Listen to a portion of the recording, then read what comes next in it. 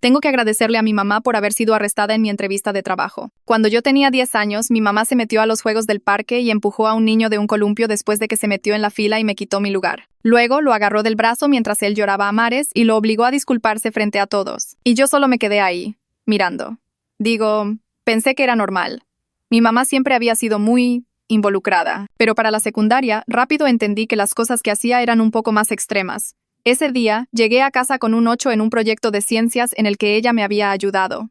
Estaba furiosa. Le llamó a mi maestra y pasó 40 minutos discutiendo hasta que la maestra se rindió y me lo cambió a 10, solo para quitársela de encima.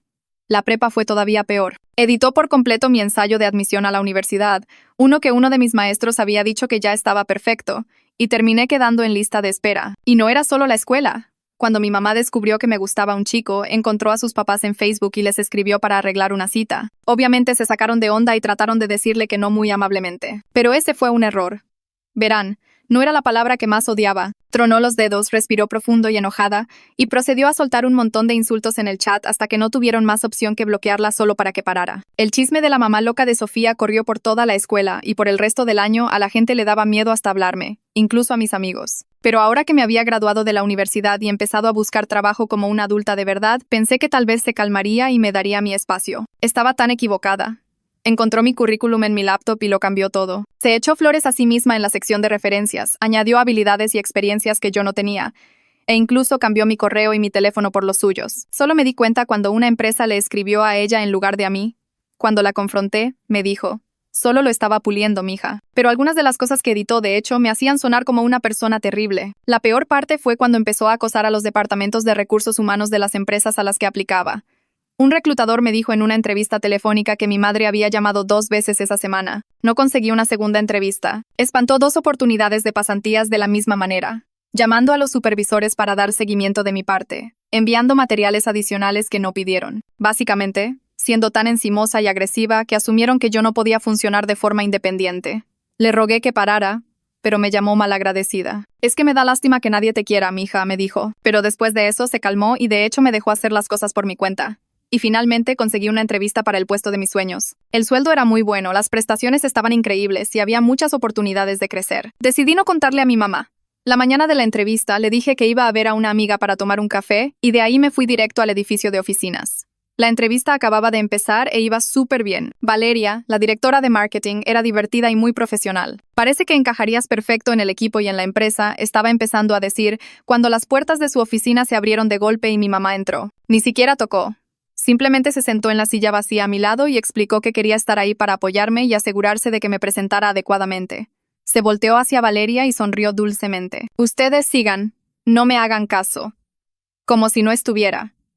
Valeria se veía confundida, pero intentó continuar profesionalmente. Retomó donde nos habíamos quedado y me preguntó sobre mi experiencia previa en marketing. Antes de que pudiera contestar, mi mamá me interrumpió. Se quejó de que la pregunta era muy ambigua y me dijo que no respondiera. Valeria me miró con los ojos como platos mientras yo le devolvía una mirada de disculpa total. Valeria apretó la mandíbula. Intentó redirigirme la pregunta, pero mi mamá seguía interrumpiendo, corrigiendo mis respuestas, añadiendo detalles que ni siquiera eran ciertos. Incluso dijo que las preguntas de Valeria eran básicas y poco inspiradas, que cómo esperaba más de un puesto a nivel dirección. Luego se volteó hacia mí y empezó a hacerme preguntas de entrevistas súper difíciles, solo para enojarse cuando no podía responder. Ahí fue cuando exploté. Estaba harta. Interrumpí a mi mamá a media pregunta y le dije que se fuera. Su cara se puso roja de ira. ¿Cómo te atreves a hablarle así a tu madre? Se ve que no estás lista para este trabajo, mija. Si no puedes ni con una entrevista simple. Gritó, como si ella fuera la que me estuviera contratando. Valeria se levantó y señaló la puerta. Usted es la que está siendo grosera. Antes de que entrara, prácticamente le estaba dando la oferta de trabajo a su hija. Antes de que usted entrara a esta habitación y empezara a soltar la lengua y a tomar el control. Pero esto se acaba aquí. Yo soy la directora y usted ya no es bienvenida. Valeria llamó a seguridad. Mi mamá se aferró al marco de la puerta, gritando como loca sobre discriminación y abuso mientras la sacaban a rastras. El arresto le dio a Valeria la imagen completa de con lo que yo había estado lidiando. Me ofreció el trabajo y dijo que cualquiera que pudiera mantener la compostura durante algo así, merecía una oportunidad. Incluso me ayudó a encontrar un lugar temporal donde vivir. Así que durante 3 meses mi vida fue exactamente lo que siempre había soñado. Trabajé duro, hice amigos de verdad, construí mi carrera sin que nadie interfiriera. Pero entonces llegó la fecha de la audiencia por los cargos de allanamiento. Pensé que sería simple, solo una formalidad. Hasta que el abogado de mi mamá se levantó y presentó su evidencia en mi contra. Sacó un fajo grueso de papeles y empezó a ponerlos sobre la mesa frente al juez. Capturas de pantalla de mensajes de texto entre mi mamá y yo. Correos donde yo le había pedido ayuda. Fotos de nosotras juntas en mi graduación de la universidad. Señaló mensajes específicos donde yo había dicho cosas como: Ma, ¿puedes checar mi currículum? O estoy súper estresada por esta entrevista. Le dijo al juez que yo tenía un largo historial de depender del apoyo de mi madre y que ella simplemente estaba respondiendo a mis peticiones cuando apareció en la entrevista. Lo hizo sonar como si yo la hubiera invitado a involucrarse y ahora me estaba volteando contra ella porque no obtuve el resultado exacto que quería. Sentí que se me oprimía el pecho viendo cómo retorcía cada interacción normal de madre e hija en evidencia de que yo era el problema. El juez miró los documentos y dijo que continuaríamos en la mañana para dar tiempo a ambas partes de preparar sus respuestas. Salí de esa sala sintiéndome enferma. A la mañana siguiente, estaba sentada en la sala de espera del juzgado, en una de esas sillas de plástico duro que te empiezan a doler la espalda a los 5 minutos. No dejaba de checar mi teléfono, aunque no tenía nada que checar. La gente pasaba en traje, cargando portafolios y carpetas. Todos parecían saber exactamente lo que hacían, menos yo. Entonces lo vi. Un hombre en un traje gris caro caminó directo hacia mí, con una carpeta gruesa bajo el brazo. Tenía esa sonrisa que usan los vendedores cuando quieren que confíes en ellos. Se detuvo justo frente a mí y me extendió la mano. Soy el licenciado Joaquín Gutiérrez. Represento a su madre. ¿Tiene unos minutos para hablar en privado antes de que empiece la audiencia? Algo en la forma en que lo preguntó hizo que se me revolviera el estómago. No quería hablar con él para nada, pero tampoco sabía si tenía permitido decir que no. Señaló una pequeña sala de conferencias al fondo del pasillo y lo seguí, porque no se me ocurrió una buena razón para no hacerlo. La sala era diminuta, solo una mesa y 4 sillas. Joaquín cerró la puerta y se sentó frente a mí. Abrió su carpeta y empezó a sacar papeles. Capturas de pantalla impresas de mensajes de texto entre mi mamá y yo de los últimos 2 años, página tras página. Había usado un marcatextos amarillo para resaltar ciertas partes. Vi mis propias palabras mirándome. Ma, ¿me ayudas a editar esta carta de presentación? Y no sé qué ponerme para la entrevista. ¿Y crees que este currículum suena bien? Las extendió sobre la mesa para que pudiera verlas todas a la vez. Golpeó una de las secciones resaltadas con su pluma. Usted le pidió ayuda repetidamente. Con su currículum, con la preparación de entrevistas, con las solicitudes de trabajo, su madre simplemente estaba respondiendo a sus peticiones explícitas de apoyo. Mis manos empezaron a temblar. Quería explicarle que esas peticiones venían con un contexto que él no estaba mostrando. Que pedirle a mi mamá que revisara una carta de presentación era diferente a que ella se adueñara de toda mi búsqueda de trabajo. Que había sido condicionada toda mi vida a incluirla en todo o enfrentar su ira. Pero él siguió hablando antes de que pudiera encontrar las palabras. Sacó más papeles, esta vez correos electrónicos. Viejos, de la universidad, donde le agradecía a mi mamá por ayudarme con una tarea. Mensajes de la prepa donde decía: gracias por hablar con mi maestro sobre mi calificación. Cada gracias educado que le había enviado, impreso. Y despojado de todo el contexto sobre cómo esa ayuda me fue impuesta, la quisiera yo o no. Los acomodó en una fila ordenada junto a los mensajes de texto. Su madre tiene un historial documentado de proveer apoyo que usted explícitamente solicitó y agradeció. El incidente en su entrevista fue simplemente una extensión de esa misma relación de apoyo. Ella vio que usted estaba nerviosa y quiso estar ahí para usted. Sentí un hueco en el estómago, como si estuviera en una montaña rusa. Lo hizo sonar tan razonable, como si mi mamá fuera solo una madre cariñosa y yo estuviera siendo una dramática. Se reclinó en su silla y cruzó las manos sobre la mesa. Esto es lo que proponemos. Si usted reconoce en la corte que su madre estaba tratando de ayudarla y acepta retirar cualquier posible demanda civil en su contra, aceptaremos un acuerdo con consecuencias mínimas. Probablemente solo libertad condicional y quizá algo de servicio comunitario. Sin tiempo en la cárcel. Usted sigue con su vida y su madre sigue con la suya. Me quedé mirando los papeles esparcidos sobre la mesa. Mis propias palabras usadas como armas en mi contra. Abrí la boca, pero no salió nada. Joaquín esperó con esa misma sonrisa ensayada. Finalmente logré decir: necesito pensarlo. Mi voz salió temblorosa y débil. Me levanté tan rápido que mi silla raspó el suelo. Agarré mi bolsa y salí de esa sala de conferencias sin mirar atrás. Mis manos temblaban tanto que apenas podía sostener mi teléfono. Encontré un rincón tranquilo cerca de los baños y le llamé a Valeria. Contestó al segundo timbrazo. Intenté explicarle lo que acababa de pasar, pero las palabras salían revueltas y en pánico. Me dijo que me quedara exactamente donde estaba, que ella haría algunas llamadas. 10 minutos después me llamó de vuelta. Hay una fiscal llamada Violeta Garza manejando el caso de tu mamá. Está en el edificio ahora mismo y va a buscarte. No vuelvas a hablar con ese abogado defensor sin que ella esté presente. Esperé en ese rincón, viendo a la gente pasar. Entonces, una mujer con un traje azul marino vino caminando a paso rápido por el pasillo, mirando su teléfono. Tenía el cabello oscuro recogido en una coleta apretada y se movía como alguien que no pierde el tiempo. Levantó la vista e hizo contacto visual conmigo. ¿Eres la amiga de Valeria? Asentí. Se acercó y me extendió la mano. Soy Violeta Garza. Dime exactamente qué acaba de pasar. Describí la reunión en la sala de conferencias y le mostré los mensajes que Joaquín me había enviado con fotos de algunas de las pruebas que me mostró. Su mandíbula se tensó mientras las miraba. Cuando terminé de hablar, se veía enojada. Muy enojada. Eso es totalmente inapropiado. Te emboscó antes de que pudieras dar tu testimonio. Está tratando de manipularte para socavar el caso de la fiscalía antes de que siquiera empecemos. Me llevó más lejos del pasillo principal, donde menos gente pudiera oírnos. Me explicó que mis peticiones de ayuda pasadas no justificaban que mi madre se metiera a la fuerza en una entrevista profesional y la interrumpiera. Que el contexto importaba. Que un patrón de comportamiento importaba. Me preguntó si estaba dispuesta a testificar sobre el patrón completo de interferencia de mi madre. No solo lo que pasó en la entrevista. Todos los incidentes desde la infancia hasta ahora. El parque, las llamadas a los maestros, la manipulación del currículum, el acoso a HH, todo.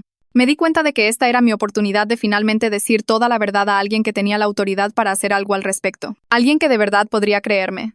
Dije que sí. Violeta checó su reloj y dijo: voy a solicitar un aplazamiento. Necesitamos tiempo para preparar un caso completo y tú necesitas tiempo para prepararte para el testimonio. Caminamos juntas de regreso a la sala. Adentro, Violeta habló con el juez y le explicó que se le había presentado nueva evidencia a la víctima sin la notificación adecuada, y que necesitaba tiempo para preparar una respuesta apropiada. Joaquín intentó discutir, pero el juez lo interrumpió y reprogramó la audiencia para dentro de 2 semanas. Violeta dijo que eso era bueno, porque nos daba tiempo de construir un caso sólido. Salí del juzgado sintiéndome aliviada por no tener que testificar ese día, pero asustada por lo que traerían las próximas 2 semanas. De regreso al trabajo el lunes, tuve que decirle a alguien de HH lo que estaba pasando. No podía simplemente tomarme días libres al azar para ir a la corte sin explicación. Encontré la oficina de Mario Benítez y toqué la puerta. Él era el gerente de HH, que me había ayudado a procesar mi papeleo de contratación. Levantó la vista de su computadora y me hizo una seña para que entrara.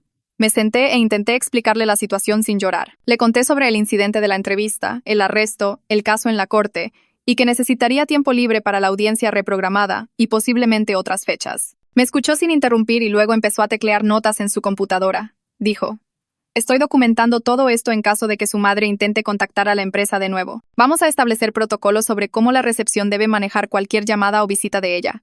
Tendrán tu foto y la de ella en archivo. Si aparece o llama, lo documentarán y me notificarán de inmediato. Tú enfócate en tu trabajo y déjanos manejar la seguridad. Esa tarde tuve una junta de proyecto con el equipo de marketing. Intenté concentrarme en la presentación sobre nuestra próxima campaña, pero mi mente seguía volviendo al juzgado y a esos mensajes de texto resaltados. Bianca Castro estaba sentada frente a mí en la mesa. Era una de las coordinadoras senior que había sido amigable conmigo desde que empecé. Después de que terminó la junta, se acercó a mi escritorio. Te ves estresada. ¿Quieres ir por un café después del trabajo? Dudé, porque realmente no la conocía tan bien y no quería descargarle mis problemas personales a una compañera de trabajo. Pero ella añadió: yo pasé por algunos rollos familiares el año pasado. Situación de padre controlador, estuvo gacho. Algo en la forma en que lo dijo me hizo pensar que ella de verdad podría entender. Así que dije que sí. Fuimos a una cafetería a 2 cuadras de la oficina. Bianca pidió un latte complicado, y yo pedí un café americano porque no podía pensar en más opciones. Nos sentamos en una mesa en la esquina y me preguntó qué pasaba. Mi intención era darle una respuesta vaga, pero en lugar de eso, le conté todo. El desastre de la entrevista, el arresto de mi mamá, el caso en la corte, el abogado defensor emboscándome con evidencia, todo salió a borbotones. No se veía sorprendida ni incómoda. Solo escuchó y asintió. Cuando terminé dijo: eso no es normal. ¿Sabes? Lo que hizo tu mamá no son cosas normales de madre e hija. Escuchar a alguien más decirlo en voz alta hizo que algo se aflojara en mi pecho. Bianca se convirtió en una aliada inesperada después de eso. Se ofreció a llevarme a mis citas si lo necesitaba.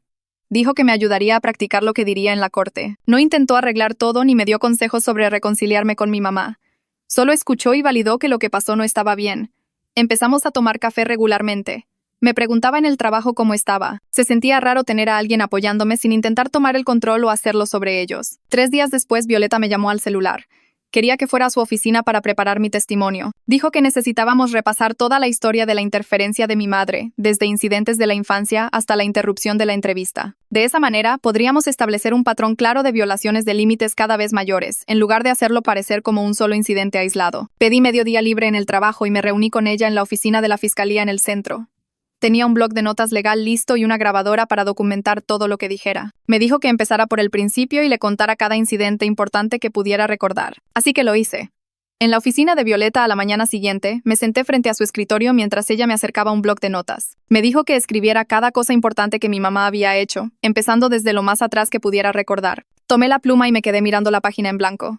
El incidente del parque fue el primero. Lo escribí en unas pocas frases cortas. Luego, el cambio de calificación del proyecto de ciencias.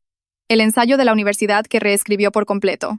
El currículum que editó sin preguntar. El departamento de RRHH al que llamó. Cada incidente ocupaba 1 o 2 líneas en la página, y a medida que la lista crecía, empecé a ver un patrón que de alguna manera me había perdido toda mi vida. Cada una de esas cosas implicaba que ella se adueñara de algo que se suponía que era mío.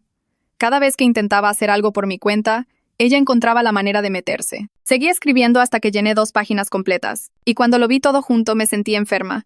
Esto no era normal. Nunca había sido normal. Simplemente me había convencido a mí misma de que lo era porque era mi mamá, y se supone que las mamás ayudan a sus hijos. Pero esto no era ayuda. Violeta se inclinó hacia adelante y empezó a hacer preguntas sobre cada incidente. Quería saber exactamente cómo me afectó cada uno. Quería saber por qué no solo le dije a mi mamá que no. Intenté explicarle cómo cada vez que yo me resistía, ella se enojaba, o lloraba, o me decía que era una malagradecida. Traté de explicarle cómo crecí creyendo que no podía hacer nada bien sin que ella lo arreglara. Pero mientras decía las palabras en voz alta, sonaban débiles y patéticas. Sonaba como alguien que simplemente dejaba que las cosas pasaran en lugar de defenderse. Violeta debió ver la expresión en mi cara porque me detuvo a media frase. Dijo que el enmarañamiento y el control parental eran patrones reales que las cortes reconocían todo el tiempo. Dijo que cuando esos patrones escalaban a un comportamiento criminal como el allanamiento y el acoso laboral, los jueces se lo tomaban en serio. Dijo que mi experiencia no era solo drama familiar. Era un comportamiento legalmente procesable. Escuchar a una fiscal decir eso cambió algo en mi cabeza. Por primera vez, alguien con autoridad real me estaba diciendo que esto no era mi culpa. No era yo siendo demasiado sensible o malagradecida. Era mi mamá cruzando límites legales. Violeta sacó otra carpeta y la deslizó sobre el escritorio. Dijo que Joaquín había presentado una moción alegando que yo tenía un historial de problemas de salud mental que me hacían una testigo poco confiable. La moción se basaba en cosas que mi mamá le dijo. Cosas sobre mí siendo ansiosa y dependiente. Cosas sobre mí siempre necesitando su ayuda para funcionar. Me quedé mirando los papeles y sentí que algo frío se instalaba en mi pecho. Mi mamá estaba usando mis respuestas de estrés a su comportamiento como prueba de que yo era el problema. Estaba tomando cada ataque de pánico, cada momento de duda que ella había causado, y convirtiéndolo en evidencia en mi contra. Violeta me preguntó si estaría de acuerdo con que ella solicitara mis expedientes universitarios y contactara a mis empleadores anteriores. Dijo que necesitábamos mostrarle a la corte que yo era realmente competente e independiente cuando mi mamá no estaba interfiriendo. Dijo que necesitábamos evidencia concreta para contrarrestar la narrativa de la defensa. Me sentía avergonzada pensando en que toda mi vida fuera examinada en la corte, pero también sabía que si no nos defendíamos, el juez podría creer la versión de mi mamá, así que dije que sí. Esa noche, de vuelta en mi departamento, abrí mi laptop y empecé a revisar correos antiguos. Creé una carpeta y empecé a arrastrar mensajes a ella. Correos de mi mamá sobre proyectos escolares. Correos donde le pedía que no contactara a mis maestros. Correos donde ella respondía diciendo que estaba siendo dramática o hiriente. Encontré mensajes a amigos pidiéndoles que no le contaran a mi mamá sobre eventos que estaba planeando. Encontré mensajes a empleadores disculpándome porque mi mamá los llamó. Docenas y docenas de mensajes donde explícitamente intenté poner límites, y ella o los ignoraba o me hacía sentir culpable por pedirlos.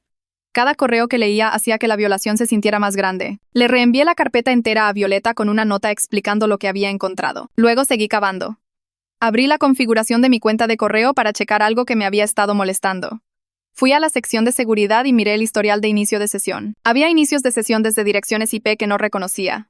Inicios de sesión en momentos en que yo no estaba en mi computadora. Hice clic en los datos de ubicación y vi inicios de sesión desde la casa de mi mamá. De los últimos 6 meses, del último año, de los últimos 3 años. Había estado accediendo a mi cuenta de correo sin permiso durante años. Así era como siempre sabía de mis solicitudes de trabajo antes de que yo le dijera. Así era como sabía a qué compañías llamar. Así fue como se enteró de la entrevista de la que específicamente no le conté. La violación se sintió masiva. Más grande que la interrupción de la entrevista. Más grande que la edición del currículum. Esto era ella leyendo mis conversaciones privadas y monitoreando mi vida sin mi conocimiento. Tomé capturas de pantalla del historial de inicio de sesión y se las envié a Violeta de inmediato. Me llamó de vuelta en menos de 1 hora. Dijo que el acceso no autorizado al correo podría potencialmente respaldar cargos adicionales por robo de identidad o fraude informático. Pero quería centrarse primero en el caso de allanamiento y usar esto como evidencia del patrón más amplio. Me dijo que cambiara todas mis contraseñas ahora mismo. Me dijo que habilitara la autenticación de 2 factores en cada cuenta. Me dijo que eliminara a mi mamá de cualquier cuenta compartida o contacto de emergencia. Pasé el resto de esa noche y todo el fin de semana revisando cada cuenta que tenía. Correo, redes sociales, banca, tarjetas de crédito, servicios de streaming, todo. Creé nuevas contraseñas usando combinaciones aleatorias de letras y números que mi mamá nunca podría adivinar. Cambié todas mis preguntas de seguridad a respuestas que ella no sabría. Quité su nombre de mi lista de contactos de emergencia. Desactivé el compartir en familia en mi teléfono. Cada cambio se sentía como recuperar un pequeño pedazo de mi vida que ni siquiera me había dado cuenta de que ella había tomado. Para el domingo por la noche, mi vida digital estaba completamente blindada. El lunes por la mañana, Román, el administrador del edificio, me detuvo en el lobby. Dijo que alguien que coincidía con la descripción de mi mamá había venido durante el fin de semana preguntando en qué departamento vivía. Dijo que la política del edificio era nunca confirmar información de residentes a nadie. Dijo que la mujer se enojó y exigió hablar con un gerente, pero el personal de recepción se mantuvo firme y finalmente se fue. Le di las gracias y fui directo a mi departamento a llamar a Violeta. Dijo que lo documentaría como una posible violación del acuerdo informal de no contacto que habíamos discutido. Dijo que si mi mamá intentaba contactarme o aparecer de nuevo, debía llamarla de inmediato. Colgué sintiéndome agradecida por la protección, pero sacudida de que mi mamá estuviera activamente tratando de encontrarme. El siguiente lunes por la mañana mi teléfono sonó mientras me alistaba para el trabajo. Mario, de RR. HH. Se me revolvió el estómago antes de contestar. Me dijo que mi madre había llamado a la línea principal de la compañía el viernes por la tarde. Alegó que había una emergencia familiar y exigió hablar conmigo de inmediato. La recepcionista siguió el protocolo perfectamente. Se negó a transferir la llamada. Se negó a confirmar que yo siquiera trabajaba allí. Documentó todo el intento en el sistema. Mario dijo que lo estaba añadiendo a mi archivo en caso de que necesitáramos la evidencia más tarde. Le di las gracias y colgué sintiéndome mal. Mi madre seguía intentando contactarme por cualquier canal que pudiera encontrar.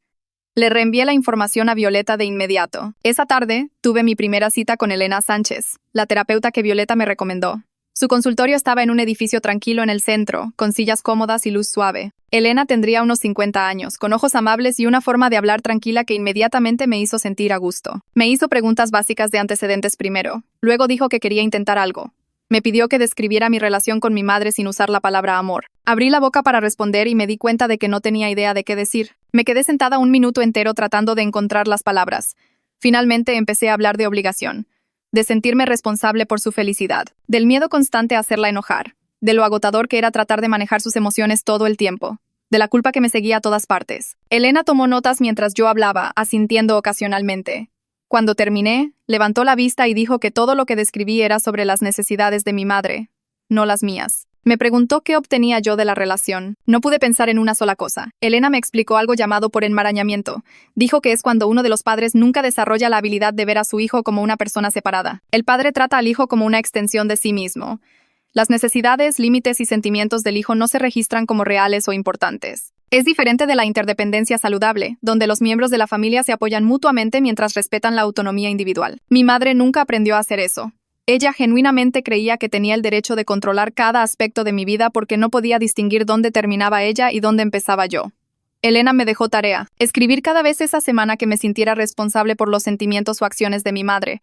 Cada vez que me preocupara por su reacción a algo, cada vez que me sintiera culpable por tener mis propios pensamientos o tomar mis propias decisiones. Miré el cuaderno en blanco que me entregó y supe que llenaría páginas. De vuelta al trabajo al día siguiente, Valeria me llamó a su oficina. Dijo que me estaba asignando como líder de una campaña de marketing importante que requeriría presentarle al equipo directivo en 2 semanas. Era exactamente el tipo de oportunidad con la que había soñado. Pero mi reacción inmediata fue pura ansiedad. Mi mano de hecho se movió hacia mi teléfono. Quería llamarle a mi madre y pedirle su opinión sobre la estrategia. Quería que revisara mis diapositivas. Quería su aprobación antes de hacer cualquier cosa. Me caché a medio movimiento y retiré la mano. Esto era exactamente de lo que Elena había hablado. El instinto automático de checar con mi madre antes de confiar en mi propio juicio. Me obligué a agradecerle a Valeria y aceptar el proyecto. Regresé a mi escritorio sintiéndome temblorosa pero decidida. Podía hacer esto sola. Tenía que hacerlo. Las 2 semanas pasaron volando en una nube de investigación, planeación y diseño de diapositivas. Trabajé hasta tarde la mayoría de las noches, cuestionando cada decisión pero siguiendo adelante de todos modos. Bianca me ayudó a practicar la presentación en una sala de conferencias vacía el día anterior. La presentación real salió mejor de lo que esperaba. El equipo directivo hizo buenas preguntas. Las respondí claramente. Parecían genuinamente interesados en mis ideas. Después Valeria me detuvo en el pasillo.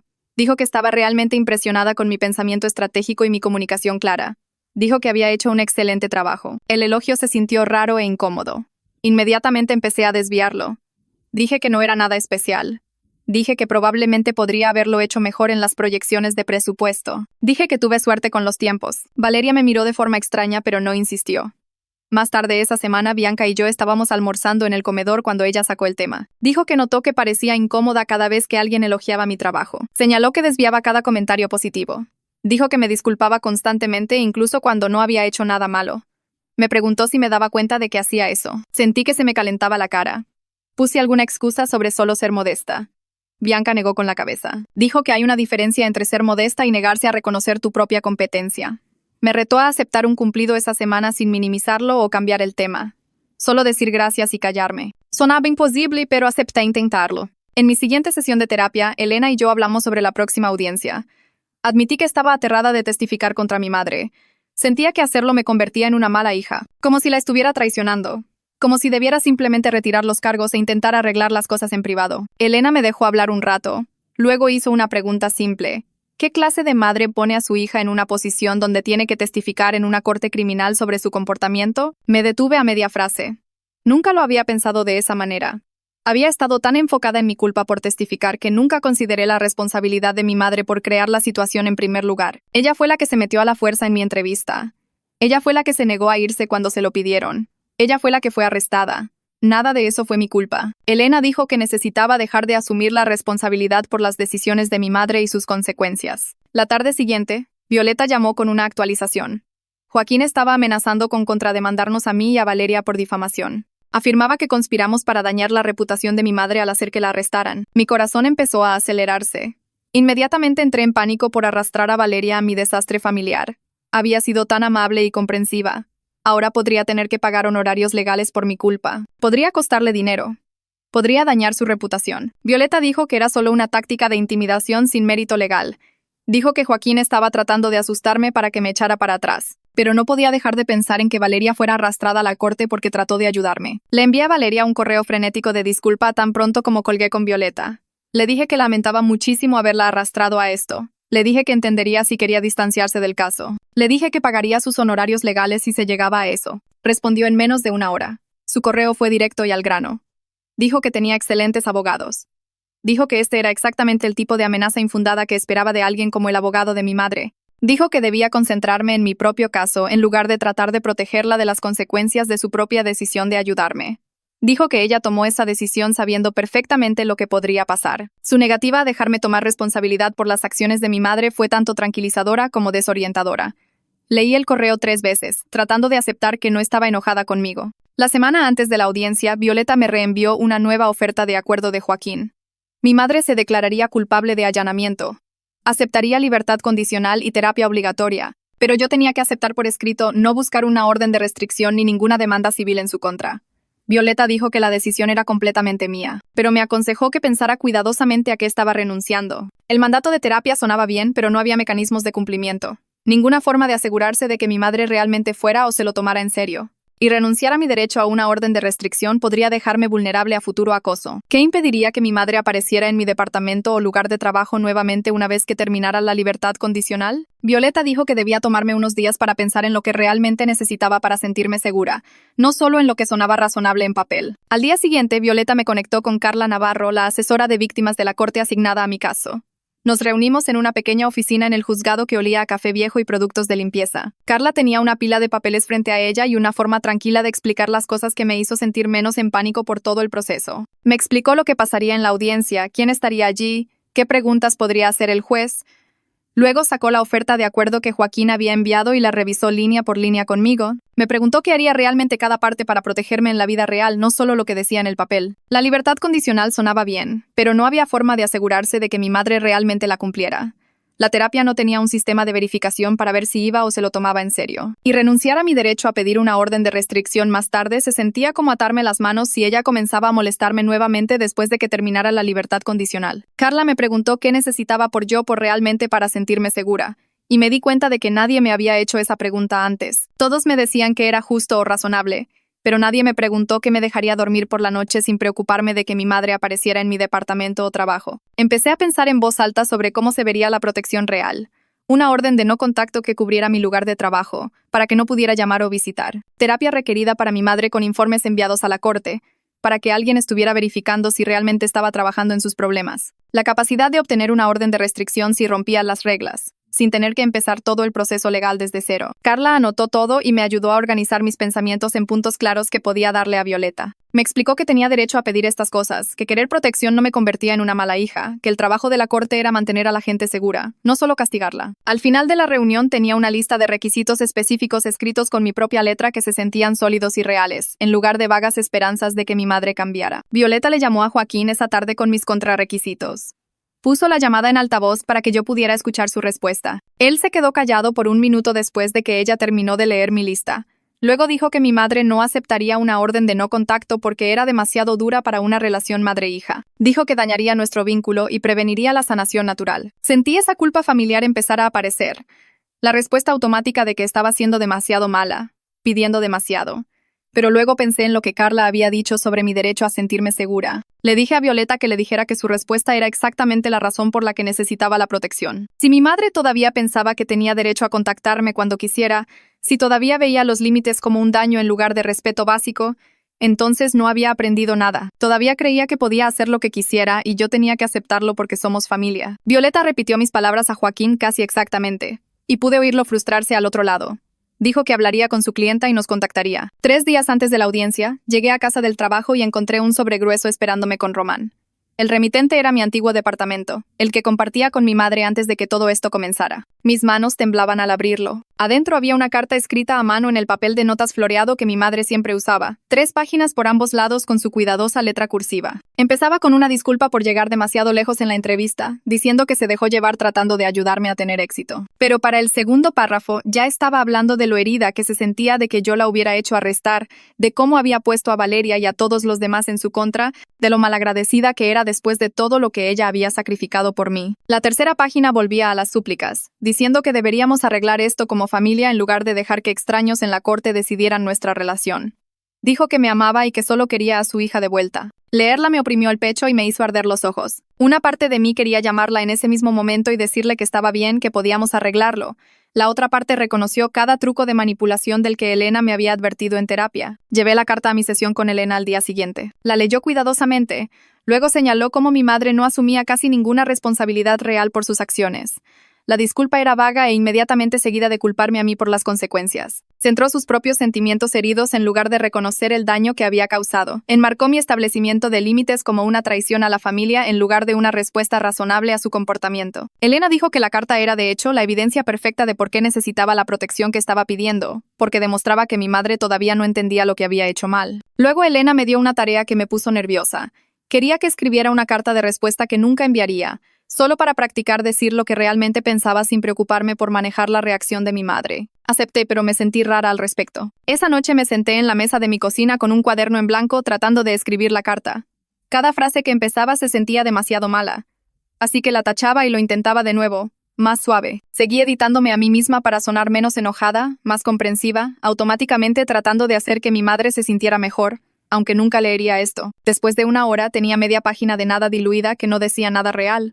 Le envié un mensaje a Elena sintiéndome frustrada y me llamó de vuelta de inmediato. Me dijo que empezara de nuevo y la escribiera otra vez sin ningún lenguaje suavizante, solo la reacción pura y honesta a todo lo que mi madre había hecho. Sin disculpas, sin explicaciones, sin hacerla sentir mejor, solo lo que yo realmente sentía. Colgué y empecé a escribir de nuevo, y esta vez las palabras fluyeron rápidas y enojadas. Escribí sobre tener 10 años y verla empujar a un niño de un columpio, sobre la vergüenza de que contactara a mis maestros y empleadores a mis espaldas, sobre la entrevista que arruinó y el trabajo que casi pierdo. Escribí sobre lo agotador que era manejar sus emociones todo el tiempo, cómo había pasado toda mi vida tratando de mantenerla feliz en lugar de construir mi propia vida. Escribí que estaba harta, que no le debía acceso a mí solo porque era mi madre, que el amor no significaba dejar que alguien controlara e interfiriera con todo. Cuando terminé me dolía la mano y había llenado 6 páginas. Leerlo de nuevo me impactó, porque nunca me había permitido pensar esas cosas tan claramente antes, y mucho menos escribirlas. La ira era tan cruda y enorme que me asustó. La noche antes de la audiencia no pude dormir. Seguía repasando lo que diría si el juez me hacía preguntas, preocupándome de que me congelaría o diría algo que me hiciera sonar como el problema en lugar de mi madre. Ensayé respuestas en mi cabeza una y otra vez hasta que dejaron de sonar como palabras reales. Alrededor de las 9, Bianca me mandó un mensaje preguntando cómo estaba. Admití que estaba muriéndome de nervios y apareció en mi puerta 20 minutos después con comida china para llevar y un plan para distraerme. Comimos en mi sillón y puso el reality show más chafa que pudo encontrar. Alguna competencia de citas donde todos gritaban y se aventaban bebidas. Era tan ridículo que de hecho me olvidé de la corte por minutos enteros. Bianca no intentó darme consejos ni decirme que todo estaría bien. Solo se sentó conmigo e hizo comentarios sarcásticos sobre la gente en la televisión hasta que me estaba riendo en lugar de entrar en pánico. Se quedó casi hasta la medianoche y, después de que se fue, estaba lo suficientemente cansada como para finalmente quedarme dormida. La mañana de la audiencia, me puse la ropa profesional que Valeria me había ayudado a elegir la semana pasada.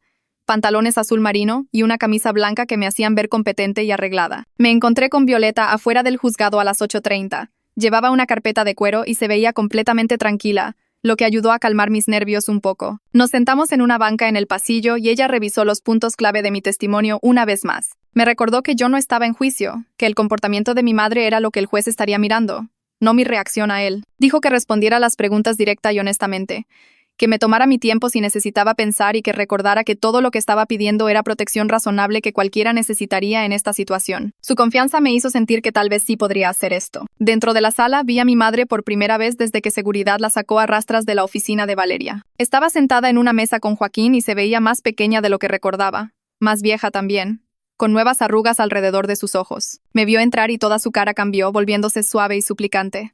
Trató de atrapar mi mirada y sostenerla, y sentí ese viejo tirón familiar de ir a consolarla y hacer que todo estuviera bien entre nosotras. Mi cuerpo quería caminar hasta allí, abrazarla y decirle que podíamos arreglarlo, pero me obligué a mirar a Violeta en su lugar, enfocándome en su sólida presencia a mi lado. El juez entró y todos se pusieron de pie.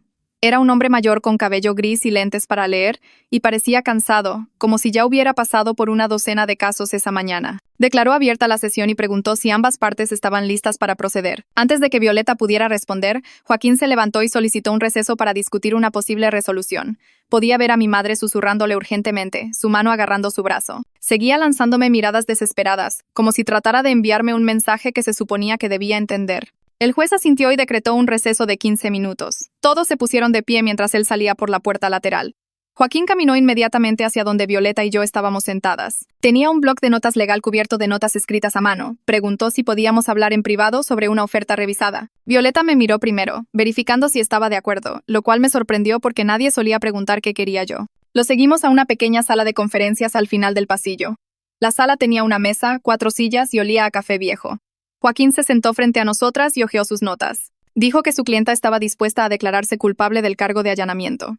Aceptaría la libertad condicional y la terapia obligatoria con informes de progreso trimestrales presentados a la corte. Dijo que también aceptarían una orden de no contacto limitada.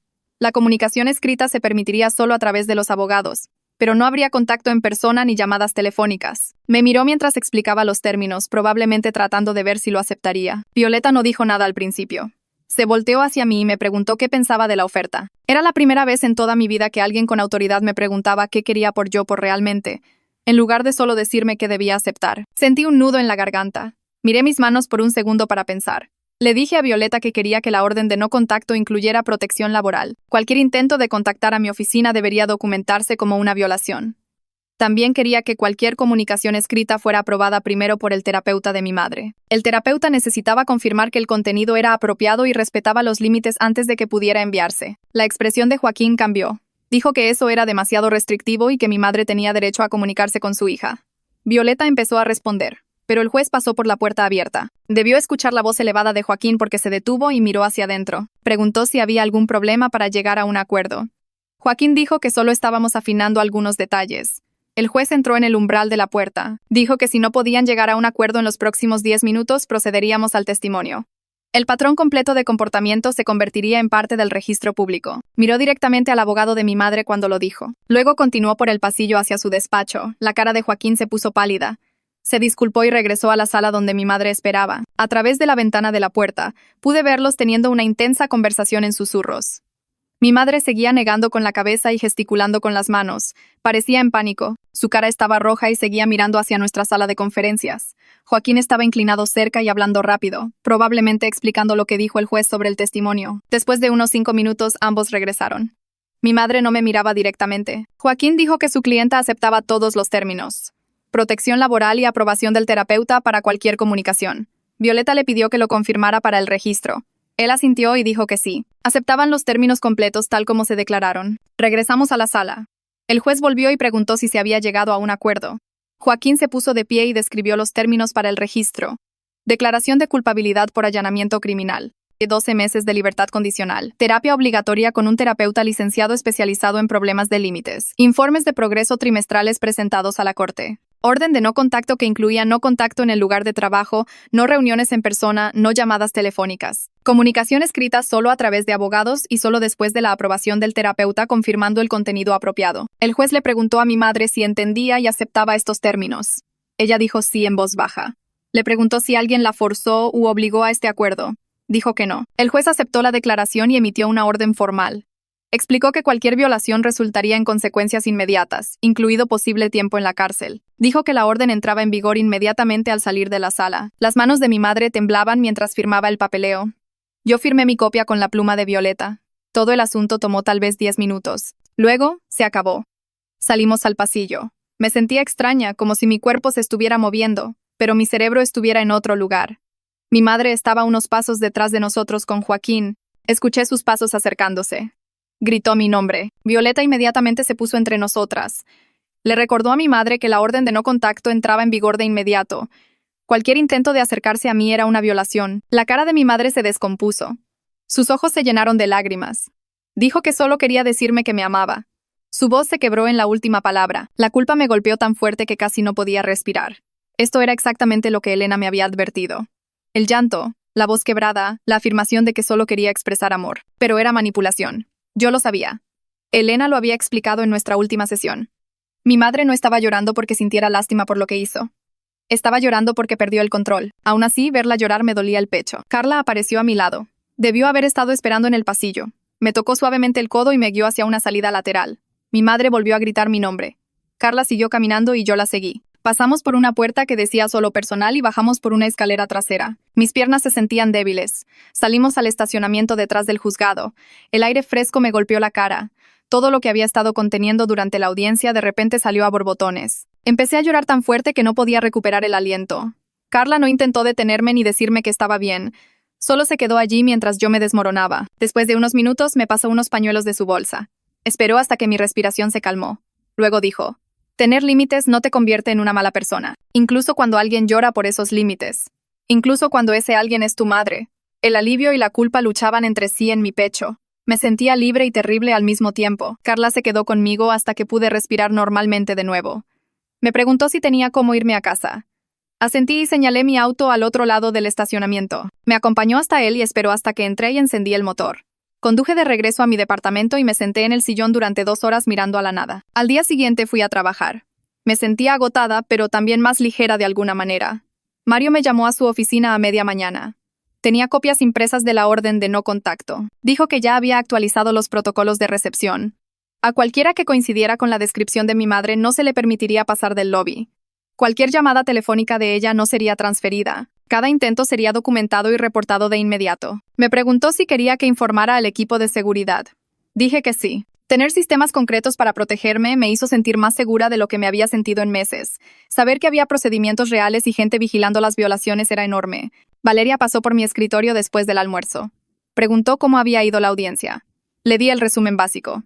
Declaración de culpabilidad, libertad condicional, terapia, orden de no contacto. Ella asintió y dijo que sonaba como un buen resultado. Luego dijo que planeaba recomendarme para un ascenso a coordinadora senior de marketing en el próximo ciclo de revisiones. Me le quedé viendo. Pensé que el drama con mi madre habría dañado mi reputación profesional. Todos sabían sobre el incidente de la entrevista, pero Valeria dijo que mi habilidad para manejar una crisis personal mientras mantenía la calidad del trabajo demostraba exactamente el tipo de fortaleza y profesionalismo que ella valoraba. Dijo que nunca dejé que mi situación personal afectara mi desempeño laboral o las relaciones con el equipo. Eso importaba más que tener una situación familiar difícil. No supe qué decir. Solo le di las gracias.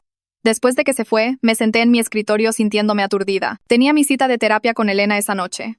Pasamos toda la sesión procesando el resultado de la audiencia. Le conté sobre mi madre llorando en el pasillo del juzgado. Cómo verla llorar me hizo sentir que estaba haciendo algo mal. Elena explicó que la angustia de mi madre era real, pero era angustia por perder el control. no un arrepentimiento real por el daño que causó. Dijo que yo no era responsable de manejar el ajuste de mi madre a los límites apropiados. Ese era el trabajo de mi madre, para hacerlo con su propio terapeuta. Elena me preguntó cómo me sentía acerca de la orden de no contacto ahora que tenía algo de distancia del juzgado. Dije que sobre todo, aliviada. Y culpable por sentirme aliviada. Ella dijo que ambos sentimientos podían ser ciertos al mismo tiempo. Durante los siguientes días empecé a notar algo raro en mí. Me disculpaba constantemente en el trabajo. Perdón por preguntar. Perdón por necesitar que alguien repita algo. Perdón por existir en un espacio por donde alguien más quería caminar. Estaba asumiendo la culpa por cosas que no eran mi culpa o que no eran culpa de nadie en absoluto. Bianca empezó a señalármelo amablemente cuando me oía hacerlo. Decía, ¿por qué te estás disculpando? Con voz amable. Daba vergüenza, pero me ayudó a ser más consciente del patrón. Estaba tratando de hacerme más pequeña y menos problemática, tratando de evitar que alguien se molestara conmigo. 2 semanas después de la audiencia, llamó Violeta. Dijo que el terapeuta de mi madre había presentado el primer informe de progreso a la corte. Era preocupante. Mi madre pasó la mayor parte de las sesiones hablando de lo herida que estaba. Se centró en sentirse rechazada e incomprendida. Las notas del terapeuta decían que mi madre mostraba una visión limitada de cómo su comportamiento me afectaba. No estaba examinando sus violaciones de límites o patrones de control, solo procesando sus propios sentimientos de pérdida. El terapeuta recomendó continuar con el tratamiento y señaló que el progreso real requeriría que mi madre cambiara el enfoque de sus sentimientos heridos a comprender el impacto de sus acciones. Violeta dijo que esto era común en estos casos, que el cambio lleva tiempo. Le di las gracias por la actualización y colgué. No estaba sorprendida exactamente, pero sí decepcionada. Una parte de mí había esperado que la orden judicial hiciera que mi madre entendiera de repente lo que hizo mal. Esa esperanza se sentía estúpida ahora. Mi siguiente sesión de terapia con Elena fue 3 días después.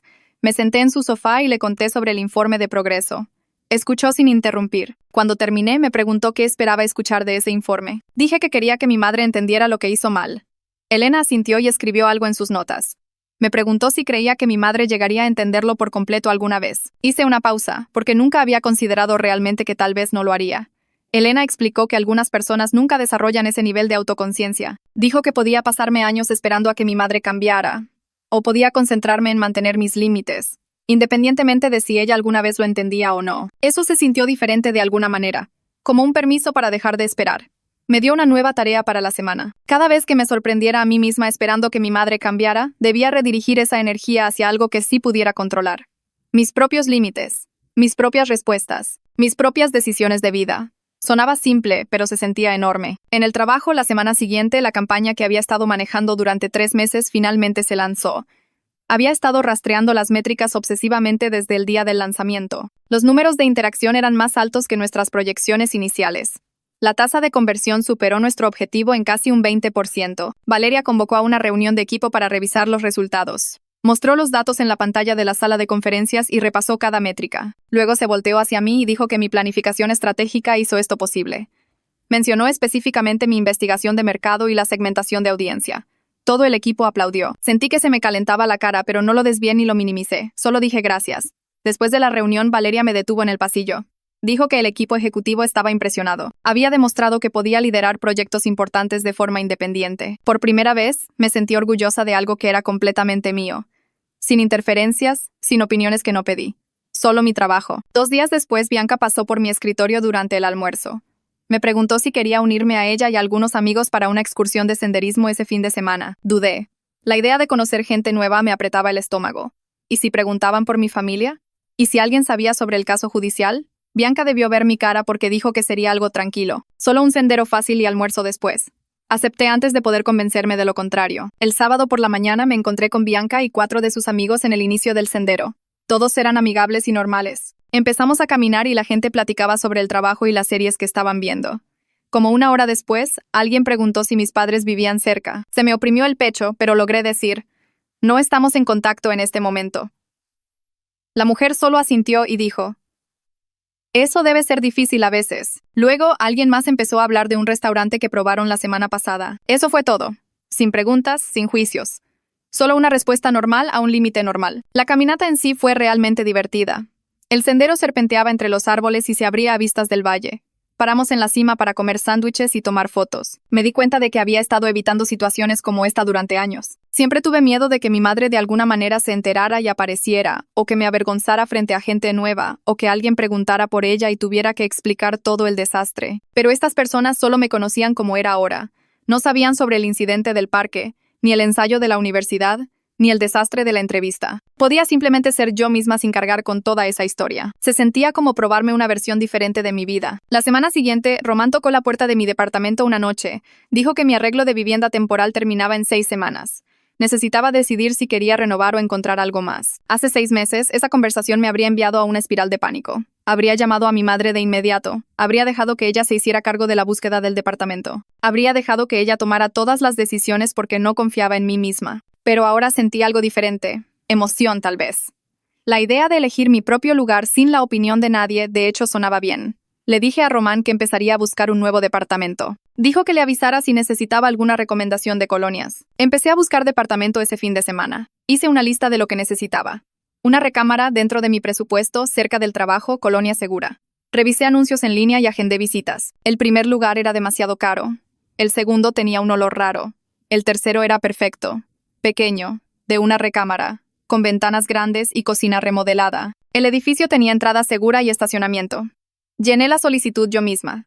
Puse mi propia información, mis propias referencias, mi propia verificación de ingresos. El nombre de nadie más en ninguna parte de los formularios. 3 días después, el propietario llamó.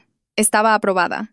Firmé el contrato de arrendamiento en su oficina la semana siguiente. Cuando salí con mi copia del papeleo firmado, sentí esta oleada de logro que parecía demasiado grande para la tarea. Se lo mencioné a Elena en nuestra siguiente sesión. Dijo que firmar mi propio contrato de arrendamiento era, de hecho, algo enorme. Para alguien a quien nunca se le permitió tomar decisiones sin interferencia, este era un paso importante. Tenía razón, lo era. Unas semanas después, Violeta me envió un correo. El segundo informe de progreso de mi madre llegó de su terapeuta. Había una ligera mejoría. Estaba empezando a admitir que su comportamiento en la entrevista estuvo mal, pero seguía enmarcándolo como tratar de ayudar demasiado en lugar de reconocer los problemas reales de control y límites. El terapeuta escribió que esto contaba como progreso. Recomendó continuar con el tratamiento. Leí el correo 2 veces. Era mejor que el primer informe. Pero aún no era una visión real, aún no era un entendimiento real. Pero ya no estaba esperando eso. Solo estaba manteniendo mis límites, independientemente. El día de la mudanza llegó más rápido de lo que esperaba. Bianca y 3 compañeros de trabajo aparecieron en el edificio de Román con sus autos. Cargamos cajas y muebles y llevamos todo a mi nuevo lugar. Fui cuidadosa con quien obtenía mi nueva dirección. No publiqué nada en redes sociales. No le dije a nadie que pudiera compartir la información con mi madre. Este departamento era mío y ella no sabía dónde estaba. Eso se sintió como el límite más fuerte que jamás había establecido. Un espacio físico al que no podía acceder ni siquiera localizar. Terminamos de mudarnos por la tarde. Todos se fueron y me quedé de pie en mi nueva sala rodeada de cajas. Estaba en silencio. Era mío. Se sentía seguro. Pasaron 3 meses. El trabajo se mantuvo ocupado y bueno. Lideré 2 campañas exitosas más. Construí relaciones sólidas con mi equipo. Dejé de disculparme por cosas que no eran mi culpa. Entonces Valeria me llamó a su oficina un martes por la mañana. Dijo que estaba ascendida a coordinadora senior de marketing. Aumento significativo. Más responsabilidad. Me dijo que me lo había ganado a través de un trabajo excelente y un liderazgo sólido en proyectos recientes. Acepté el elogio sin desviarlo, sin decir que no era gran cosa o que otras personas ayudaron más que yo. Solo dije gracias y que estaba emocionada por el nuevo rol. Esa semana en terapia, Elena sacó un tema nuevo. Preguntó cómo podrían verse las relaciones familiares saludables en el futuro. Me tensé de inmediato. Aclaró que no estaba obligada a tener ningún contacto con mi madre, incluso si mi madre terminaba la terapia. Incluso si aprendía a respetar los límites. La elección siempre era mía, pero quería que pensara en lo que podría querer algún día. No lo que debería querer o lo que haría felices a otras personas. Lo que realmente se sentiría bien para mí. Dije que no estaba lista para pensar en la reconciliación. Elena asintió. Dijo que eso era completamente válido, pero que tal vez podría empezar a imaginar un futuro donde el comportamiento de mi madre no definiera toda mi vida. Donde yo tuviera mi propia carrera, amigos y hogar, y esas cosas importaran más que la disfunción en la que crecí. Esa idea se sintió posible de una manera que nunca antes lo había sido. 6 meses después de la audiencia, me senté en la misma sala para la revisión de la libertad condicional de mi madre.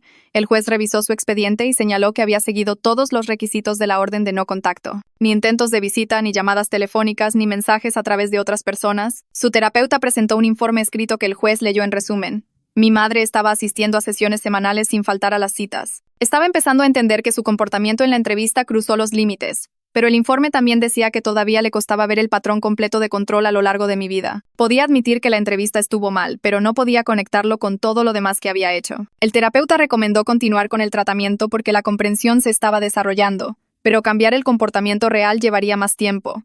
Leí la versión por correo electrónico 2 veces más tarde. Era mejor de lo que esperaba. pero aún no era un entendimiento real. Después de que el juez terminó de revisar el registro de cumplimiento, Violeta se puso de pie y se dirigió a la corte. Preguntó si yo quería modificar la orden de no contacto para permitir la comunicación supervisada a través de los terapeutas. El juez me miró y esperó. Lo pensé durante quizás 10 segundos. No estaba lista. Ya no me sentía culpable por eso. Elena había pasado meses ayudándome a entender que la reconciliación tenía que suceder en mi línea de tiempo, no en la de nadie más. Le dije al juez que quería mantener la orden tal como estaba. El juez asintió y extendió la orden de no contacto por otro año completo con los mismos términos. El abogado de mi madre pareció decepcionado, pero no discutió. Salí del juzgado sintiéndome firme en lugar de temblorosa. En el trabajo todo siguió mejorando. Lideré 3 campañas importantes durante esos meses y cada una funcionó bien. Mi equipo respetaba mis decisiones. Valeria me asignó más responsabilidad y la manejé sin entrar en pánico o dudar de mí misma constantemente. Dejé de disculparme por cosas que no eran mi culpa. Cuando alguien elogiaba mi trabajo, decía gracias en lugar de desviarlo. Valeria se convirtió en el tipo de mentora que no sabía que existía. Daba retroalimentación directa sin hacerme sentir estúpida. Establecía expectativas claras y confiaba en mí para cumplirlas. Ella modeló cómo se veían los límites saludables en las relaciones profesionales, sin chantajes emocionales, sin manipulación, solo comunicación clara y respeto mutuo. Observé cómo manejaba conversaciones difíciles y empecé a usar los mismos enfoques con los miembros de mi propio equipo. Un sábado por la mañana me desperté en mi departamento sin alarma. Hice café y me senté en mi sillón mirando por la ventana. No revisé mi teléfono con ansiedad. No me preocupé por visitas inesperadas. No sentí ese terror constante de bajo nivel que solía seguirme a todas partes. Solo me senté allí, tomando café y pensando en lo que quería hacer ese día. Ir al mercado de agricultores, tal vez. Ver a Bianca para almorzar. Trabajar en la nueva propuesta de campaña. Cosas normales. Cosas fáciles. Cosas que elegí porque quería hacerlas. Fue entonces cuando me di cuenta de que esta sensación de quietud, de paz, era lo que realmente significaba sentirse segura. No era emoción, ni alivio, ni victoria. Solo calma. Solo saber que mi espacio era mío y mis elecciones eran mías. Y nadie iba a irrumpir por la puerta tratando de controlarlo todo. Mi relación con mi madre podría no ser nunca lo que deseaba que fuera cuando era más joven. Puede que ella nunca entienda completamente lo que hizo o por qué fue dañino. Pero yo había construido una vida que era genuinamente mía. Tenía un trabajo del que estaba orgullosa, amigos que respetaban mis límites, un hogar donde me sentía segura, gente a mi alrededor que apoyaba mi independencia en lugar de tratar de quitármela. Y sentada allí en mi sillón ese sábado por la mañana, me di cuenta de que eso era suficiente.